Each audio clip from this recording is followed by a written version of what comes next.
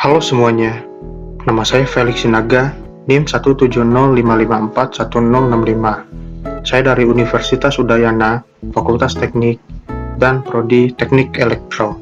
Di sini saya akan membawakan materi tentang encoding dan decoding BCH code dari mata kuliah Teknik Pengkodean Kanal. Semoga bermanfaat untuk kita semua. Sebelum kita masuk kepada BCH code, ada baiknya kita mengetahui terlebih dahulu konsep dasar pengkodean. Kesalahan atau error merupakan masalah dalam sistem komunikasi, sebab dapat mengurangi kinerja dari sistem. Untuk mengatasi masalah tersebut diperlukan suatu sistem yang dapat mengkoreksi error, sehingga dicari solusi metode penanganan error dengan pemeriksaan bit. Metode yang digunakan ada dua, yaitu BEC dan Forward Error Control atau FEC. Pada BEC, apabila pada data yang diterima terjadi error, maka penerima akan mengirimkan sinyal kepada pengirim untuk melakukan pengiriman ulang. Pada FEC, sebagai penerus koreksi kesalahan untuk mengindikasikan bahwa pesawat penerima sedang mengoreksi kesalahan. Pada FEC, sebelum data dikirimkan, data akan dikodekan dengan suatu pembangkit kode atau encoder dan kemudian dikirimkan ke penerima. Pada penerima akan terdapat sebuah penerjemah decoder untuk mendekodekan data tersebut, dan apabila terjadi error, maka pada data akan dilakukan pengkoreksian data. Perbedaan antara BEC dan FEC adalah terletak pada saat pengiriman data, di mana pada saat metode FEC kita mempunyai encoder dan decoder untuk mengkodekan data tersebut agar tidak hilang saat transmisiannya. Kita lanjut ke BCH kode. Kode BCH merupakan generalisasi dari kode Hamming untuk mengkoreksi kesalahan ganda. Pada tahun 1961, metode deteksi dan koreksi ini dikembangkan oleh Gorenstein dan Zeller dengan menggunakan simbol dari Galois-Field. Secara garis besar, prosedur kerja dari metode BCH code ini dapat dirincikan sebagai berikut. Ada dua, yaitu proses encoding dan decoding.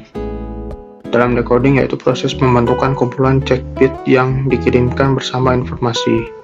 Pertama, mengetahui bentuk Galois-Field-nya, terus menentukan buah minimal polinomial. Selanjutnya bentuk generator polinomialnya. Selanjutnya tambahkan bit 0 di belakang bit biner dari pesan. Lakukan operasi pembagian biner terhadap gabungan pesan dan bit 0 dengan GX-nya. Sisa hasil pembagian merupakan check bit. Bit informasi plus check bit adalah informasi yang dikirimkan. Pada proses decoding, proses pendeteksi error dan pengoreksian error apabila ditemukan error. Prosedur pendeteksian kesalahan: jika sisa pembagian sama dengan 0, berarti tidak ada error. Jika tidak sama dengan 0, berarti terdapat error dan lanjut ke proses koreksi. Pada pembahasan kali ini, kita akan lebih fokus terhadap algoritma pembentukan dari kode BCH. Algoritma pembentukan kode BCH dimulai dengan mengambil sebanyak k bit data, di mana k adalah banyaknya bit dalam satu blok data pada kode BCH. Kemudian k bit tersebut dikalikan dengan generator matriks. Hasilnya merupakan kode BCH. Selanjutnya, proses selanjutnya adalah proses dimulai dengan membuat inisialisasi pada mak data dan mak kode dengan nilai 0. Proses selanjutnya mengambil bit-bit data sebanyak k bit. Kemudian bit-bit tersebut dikalikan dengan generator matriks. Hasilnya adalah kode BCH. Kode ini disimpan pada array kode. Untuk pengkodean blok kode berikutnya, diambil k bit berikutnya. Pada saat pengambilan k bit berikutnya, maka angka mark data bertambah sebanyak k bit. Bila mark data lebih besar dari n bit k minus k, maka proses pengkodean selesai. Selanjutnya saya akan menampilkan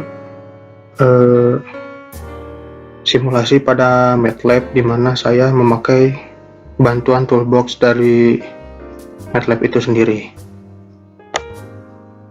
Di sini sudah ada codingan yang telah saya buat melalui referensi dari toolbox MATLAB, di mana ini adalah codingan untuk mengetahui proses dari encoder dan decoder BCH code itu sendiri.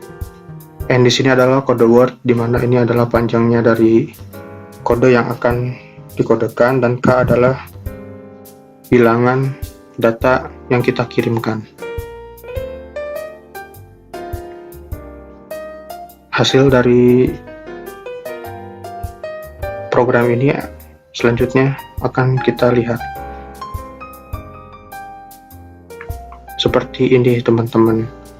Jadi pada BEC akan dilakukan parity check saat pengkodoan, di mana nilai dari data aslinya ditambahkan data-data lainnya, dan setelah itu didekodekan menjadi data asli seperti saat dikirim.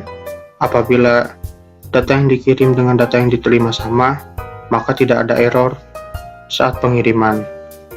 Dan apabila terjadi perbedaan, maka ada error dan harus diperbaiki dengan cara pengkoreksian data. Namun pada video ini hanya menunjukkan bagaimana proses encoding dan decodingnya saja. Mungkin selanjutnya saya akan membahas tentang pengkoreksian data ketika error saat mengirim. Sekian dari saya, semoga ini semua bermanfaat. Mohon maaf apabila ada kesalahan kata-kata. Terima kasih.